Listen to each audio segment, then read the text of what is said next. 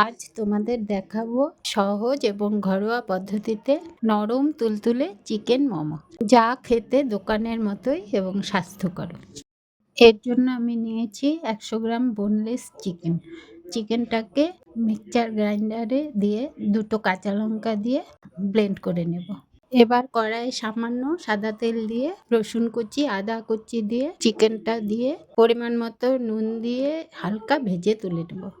Do বানানোর জন্য 1 বাটি ময়দা, 2 চামচ সাদা তেল, পরিমাণ মতো নুন দিয়ে ভালো করে ময়ম করে অল্প অল্প জল দিয়ে একটা সফট ডো বানিয়ে নেব।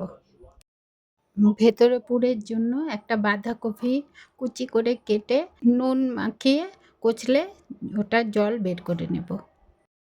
এবার ওর মধ্যে গোলমরিচের গুঁড়ো, সয়া সস, দুটো বড় পেঁয়াজ কুচি আর ভেজে রাখা চিকেনটা দিয়ে মেখে একটা পুর বানিয়ে নেব। এবার ডোটার থেকে ছোট ছোট লেচি বেলে ভেতরে পুর ভরে মোমোর শেপ দিয়ে নিতে হবে। মোমোগুলো তৈরি হয়ে গেলে স্টিমারে দিয়ে স্টিম করে নিলেই রেডি আমাদের নরম তুলতুলে ঘরোয়া পদ্ধতিতে চিকেন মোমো। বিশ্বাস করো, খেতে একদম দোকানের মতোই টেস্ট হয়েছিল।